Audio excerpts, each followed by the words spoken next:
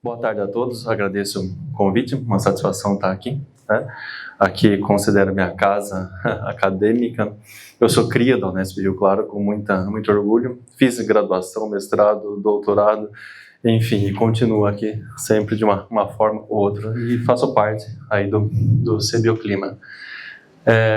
A ideia aqui é trazer um pouquinho sobre o objeto que a gente está estudando, que são as plantas carnívoras. Tem gente que decide como linha de pesquisa trabalhar dentro de uma linha, uma pergunta usando materiais, plantas, enfim, espécies diferentes, inclusive para a gente pensar em perguntas, tá? Aí, nós trabalhamos com plantas carnívoras, quando falo plantas carnívoras, é um grupo bastante grande de plantas, são 600 a 800, e são um grupo diverso, são várias linhas, várias linhagens evolutivas. Essas plantas capturam as presas, matam, digerem e absorvem as presas. Mas falar em plantas carnívoras é que nem falar, sei lá, os animais que voam, tem desde borboleta, passarinho, morcego, é a mesma coisa, tá? A grosso modo. Por isso, elas têm especificidades muito grandes. Essas são as famílias de plantas carnívoras, são de 9 a 11 linhagens distintas, e a gente, no nosso grupo, a gente decidiu trabalhar com um grupo só, já é trabalho para mais vidas, na verdade. Família Lentibolariaceae, que é um modelo super interessante sobre vários aspectos. A carnivoria está aí, surgiu várias vezes na história evolutiva, tem tipos de armadilhas diferentes, armadilhas passivas, que não se movimentam, armadilhas ativas, tá? E em particular a gente está trabalhando com esse grupo aqui, que é uma família chamada Lentibolariaceae, que eu vou apresentar rapidamente. Essa família tem sido usada como modelo pelo nosso grupo, não só o nosso grupo, como outros também. Há vários aspectos aí complicantes, digamos assim, não são fáceis de cultivar, algumas são fáceis, mas de maneira geral não são tão fáceis, mas elas têm algumas características bem interessantes. Uma delas é essa diversidade morfológica. Plantas terrestres, aquáticas, epífitas, litófitas, aquáticas que vivem em bromélia, enfim. E as formas de captura de presas, armadilhas são diferentes. São 3 gêneros. O gênero Pinguícola tem folhas adesivas, grudentas. O gênero Genlisia não tem raiz, tem folha que faz fotossíntese e cresce para cima, folha que cresce para baixo, de eutropismo positivo. Em formato de Y, elas são enroladinhas de maneira que formam um tubo, por ali passam as presas e ficam aprisionadas. E o Triculária, que é um outro grupo também sem raiz, que apresenta pequenas vesículas que eu já vou mostrar.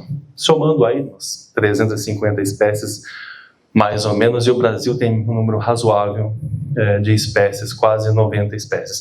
Pinguícola é um modelo o arquétipo, como a gente fala, mais comum, né, com raízes, com folhas. Essas plantas têm folhas grudentas, que por algum motivo os bichinhos, enfim, pousam ali, ficam aprisionados e são capturados. Não temos representantes, espécies aqui no Brasil, na Europa tem diversas, na América do Sul, ao longo dos Andes também tem, mas no Brasil não. Essa é uma região na Polônia, que tem uma diversidade, não uma diversidade alta, mas espécies bem interessantes, inclusive Pinguícola alpina, espécies que são endêmicas de lá. Genlisia é um grupo que ocorre só aqui, América Central, Sul e África. E essa é a planta que todo mundo acha que tem raiz, mas isso aqui não é raiz, aqui são as armadilhas. Por aqui que as presas entram e ficam aprisionados por conta de pelos que são voltados para cima. Os bichinhos conseguem entrar e não conseguem voltar. Geralmente microcrustáceos, nematóides e outros aí, artrópodos, geralmente. E existe uma associação grande de bactérias nessa armadilha e a gente pouco conhece sobre essas bactérias. Aqui estão as folhas, né, que fazem fotossíntese, e aqui as armadilhas.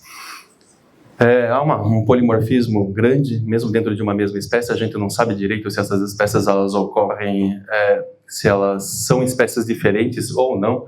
Enfim, isso aqui foi no Monte Roraima esse ano. A gente foi até Venezuela, subimos o Monte Roraima pela Venezuela, e aqui é uma espécie de Genlisia, e essas são as armadilhas em formato de Y, e aqui, como falei, que é repleto de bactérias. Outro gênero, o gênero Triculária, que é um grupo bem interessante também, 240 espécies mais ou menos, e essas plantas têm uma diversidade grande aqui no Brasil, comparado com outros países, como eu falei, formas de vida, tamanhos, enfim, e inclusive radiação adaptativa, plantas aquáticas, terrestres, enfim, com várias adaptações que acabam sendo uma oportunidade para a gente estudar a evolução bem interessante. Desde plantas muito pequenas, como vocês estão vendo aqui, algumas cuja flor tem 3 milímetros, tá? Até outras bem grandes, que chegam aí a 8 metros, 9 metros e assim por diante. Isso aqui em Mogi das Cruzes. Isso daqui no Monte Roraima, que a gente subiu esse ano. Lá em particular tem algumas espécies endêmicas, também pouquíssimo estudadas. Eu estou falando aqui desse grupo, Lentivolariaceae, mas naturalmente tem outras espécies também bastante, pouquíssimo conhecidas, né? Esse é o Monte Roraima. Esse é o lugar por onde se sobe. Eu não sei se vocês conhecem, mas para subir o Monte Roraima tem 2 caminhos, ou é helicóptero pelo Brasil, ou senão subindo, escalando, caminhando, mas ele tem que ser via pela Venezuela, e lá tem uma fenda, e é essa fenda por onde a gente passa para subir. É uma viagem fantástica, muito legal. Isso lá em cima, e lá em cima tem algumas espécies endêmicas, tá? De Lentivolariaceae. Aqui o Tricolor aquelte ocorre em outros lugares também, não só lá, mas são espécies super restritas. O Tricolor Humboldt, esse é o cenário que a gente vê lá em cima no Monte Roraima.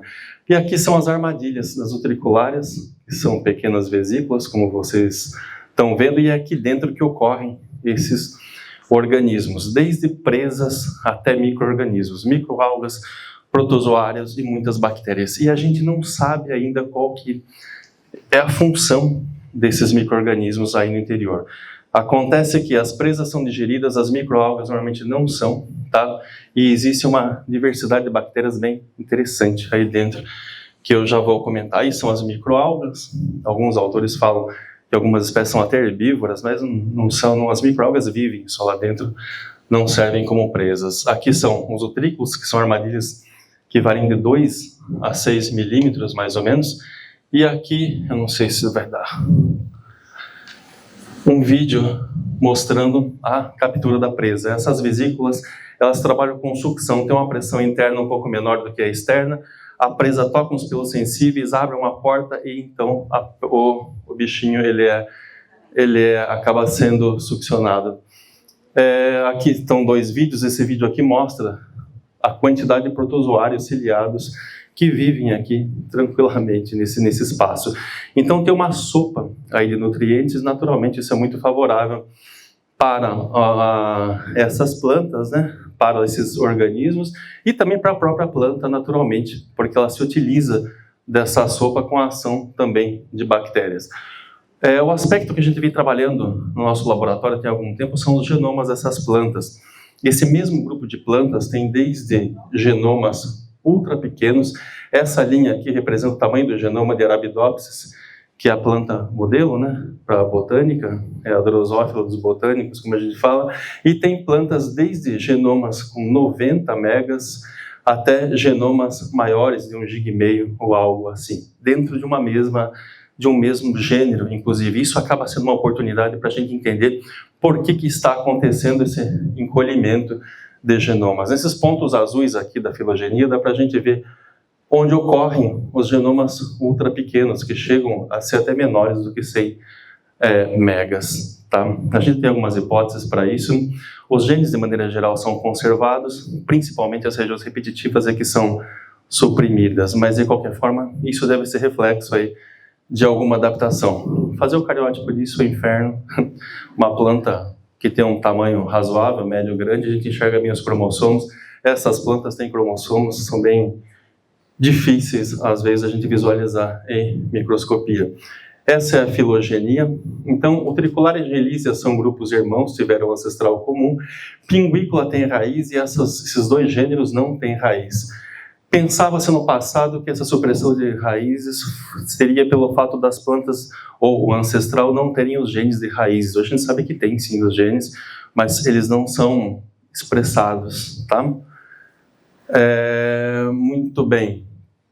A gente, no nosso laboratório, a gente vem trabalhando com genomas, tanto de cloroplasto, como também genomas de mitocôndria.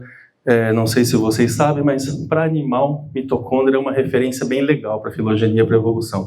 Para planta, mitocôndria é uma bagunça, tá?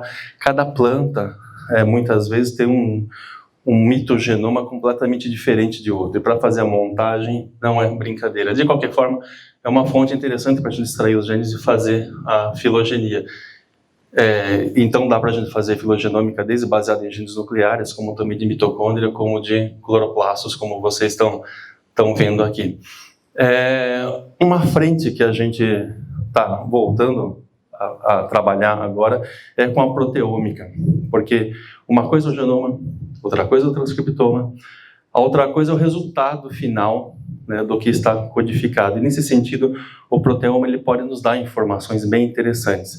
Tem algumas informações básicas que a gente não sabe direito. O que é folha nessas plantas, o que é caule nessas plantas.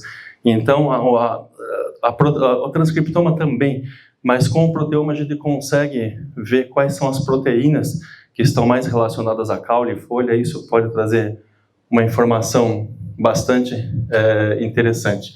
Aqui está um trabalho que nós fizemos falando em bactéria. Nesse trabalho a gente estudou a comunidade de bactérias de duas espécies, o tricular hidrocarpo e Genlisia filiformes. As perguntas básicas que a gente começou a fazer foi, será que, e muito parecido com o de anfíbios que foi apresentado, será que as bactérias que ocorrem na planta são os mesmos que ocorrem no ambiente? Então a gente levantou as bactérias do ambiente e também das plantas, e a gente conseguiu responder algumas perguntas. Uma delas é o seguinte: há bactérias que são específicas da planta, então aquela espécie só tem aqueles grupos bacterianos. Há outras bactérias que são compartilhadas. Com relação a... Esse é um outro trabalho, onde a gente fez o levantamento das bactérias da planta, no caso o Tricularia breviscata, uma espécie ameaçada de extinção, inclusive, e do ambiente. A gente queria saber se a planta ela é seletiva às bactérias que ocorrem no ambiente, e aparentemente sim. Tá? São algumas bactérias que ocorrem no ambiente que estão dentro das armadilhas. E uma outra característica é que órgãos específicos apresentam bactérias específicas. Isso não é muito, assim, surpreendente, mas é interessante constatar isso e a gente focar esse tipo com essa informação. Aqui está um trabalho que foi feito com o NGS, basicamente o Gen 16S, não é trabalho nosso, mas onde eles fizeram também, avaliaram as bactérias das armadilhas de Utricularia, particularmente Utricularia giba. Essa é uma das plantas que tem o menor genoma conhecido, tá? E vem sendo usada como modelo. Aqui estão as armadilhas, né? Esses que são os utrículos. E o que foi visto é o seguinte: aqui o que a gente está vendo aqui é a diversidade, os componentes aqui de microbioma das armadilhas e aqui do ambiente. Então isso mostra que há diferenças, ou seja, a planta está selecionando de fato as bactérias que ocorrem na armadilha. Então não são todas as bactérias que ocorrem no ambiente. Esse é um trabalho recente também, onde eles estudaram o Tricularia gemmisoniana, e eles, lá no México, e eles procuraram as bactérias, levantaram de diferentes órgãos, e chegaram à conclusão também que cada órgão tem o seu microbioma específico. Tá? Essa é o Tricularia gemmisoniana, ocorre aqui no Brasil, poucas populações, é um grupinho pouco conhecido. Bom, e esse trabalho em particular tem um avanço bastante legal, bem interessante, é que eles fizeram levantamento não só de bactérias, mas também de fungo, e o resultado foi bem parecido. Há uma especificidade muito grande dos órgãos, a diversidade de fungos ela é diferente em órgãos diferentes. Esse é um projeto que a gente está tocando. O Abraham é o mestrado do Abraham, que ele vai apresentar amanhã. Eu não vou mostrar nada, ele vai mostrar, mas o que a gente está fazendo a gente quer saber como que é a comunidade de bactérias do Tricularia giba, desde a nascente do rio Tietê até a foz, e não só na planta, mas também no ambiente onde está essa planta. Então a gente vai fazer o levantamento das bactérias da planta e também do ambiente, e também fazer a análise dos componentes da água, basicamente nitrogênio, fósforo, coliformes e outras medidas. E a gente está na fase de coleta e começando a obter os resultados agora, mas eu não vou adiantar mais. Esse é um trabalho bastante interessante, foi publicado em 2018, e eles chegaram a algumas conclusões que a gente já supunha, mas de qualquer forma eles conseguiram elucidar umas perguntas bem importantes. Primeiro, foi verificado que os micro-organismos que ocorrem aqui dentro da armadilha, sim, têm um papel super importante para essas plantas. Desde os protozoários, que eles acabam trabalhando com o material orgânico que está aqui, decompondo fisicamente esse material, até mesmo os micro-organismos que acabam dissolvendo o nitrogênio, o fósforo, tornando assimilável para a planta. Então, existe uma relação super importante desses micro-organismos com a própria nutrição dessas plantas. São perguntas bastante básicas, mas é isso. Não é muito além disso que a gente conhece até hoje. Isso é muito legal pelo seguinte: imagine que a gente tem uma diversidade aqui no Brasil dessas plantas. O Brasil é um dos países com o maior número de espécies e quase não há estudos com essas plantas. Então, como objeto de estudo, como material de estudo, isso enfim, a gente tem um nicho aí gigantesco para trabalhar, e é pouca gente que está trabalhando. Bom, como comentei com vocês, então, esses micro-organismos, então, eles acabam sendo cultivados, de certa forma, dentro das armadilhas, tornando, então, esses nutrientes assimiláveis aí pelas plantas. Bom, só queria deixar aberto aqui para vocês também, eu queria mostrar. A gente lá em Jaboticabal, então, nós somos, de certa forma, um braço do CBioclima, né? A sede está aqui em Rio Claro, e a gente vem trabalhando com genomas lá, mas não só trabalhos de nossa pesquisa, nossas perguntas, mas a gente vem dando, de certa forma, suporte para muita gente também que é do nosso grupo. Tá? E aí, por conta disso, a gente vem sequenciando genomas, desde genomas inteiros, seja genomas completos, nucleares, até ou mesmo genomas aí com baixa cobertura, como análise de populações, por exemplo, bactérias, mitocôndrias, inclusive tem uma mitocôndria de formiga que a gente está fazendo, bactéria também, não de formiga, ou até mesmo vertebrados. E, assim, queria deixar as portas abertas aqui, quem tiver, precisar de algum suporte, o que tiver no nosso alcance, o que a gente puder ajudar. O que a gente tem lá de infra é a plataforma Nanopore, tá? E nela que a gente vem investindo. Outro tipo de sequenciamento, como o PacBio ou Illumina, a gente está mandando para fora como serviço, tá? Mas, enfim, fiquem à vontade, tá? O que tiver ao nosso alcance, a gente está lá para ajudar. Bom, esse é o grupo, aqui estão os alunos, nós temos alunos desde alunos de ensino médio, PIBIC Júnior, tá? Hoje temos 2 alunos PIBIC Júnior, até alunos de graduação, mestrado, doutorado, pós-doc e TTI, esses são todos os nossos colaboradores. E, naturalmente, sem o financiamento, né, e principalmente com o FAPESP e CBioclima, não seria possível a gente tocar os nossos projetos. Então, perguntas boas. Bom, primeiro, com relação aí aos nutrientes. Nitrogênio, normalmente nitrogênio, fósforo, mas o que é muito legal, que foi mais ou menos, faz pouco tempo que foi descoberto, é que pelas armadilhas, essas plantas assimilam carbono também. Isso é fantástico, isso é fantástico. Foi uma informação assim que veio como uma bomba.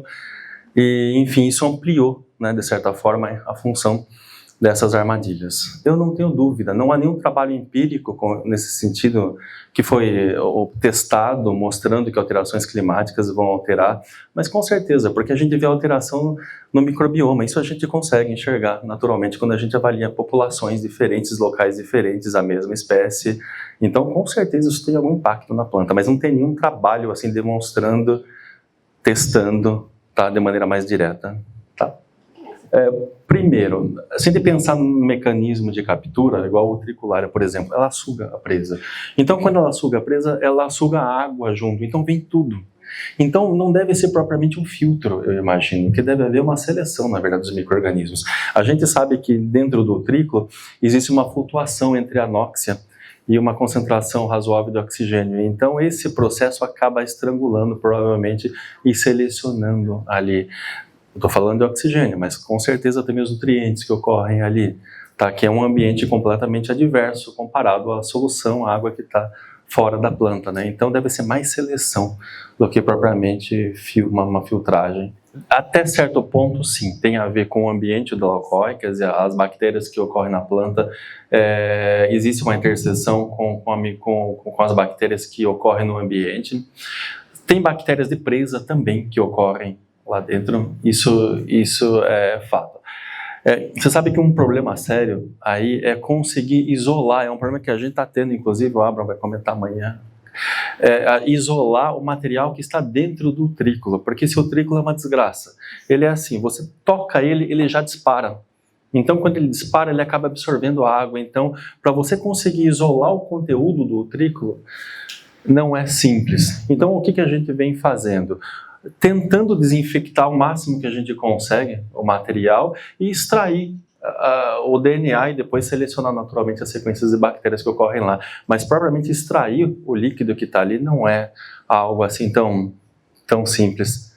Tá? Pode parecer uma coisa simples, né? Mas é um gargalo grande aí para esse tipo de trabalho.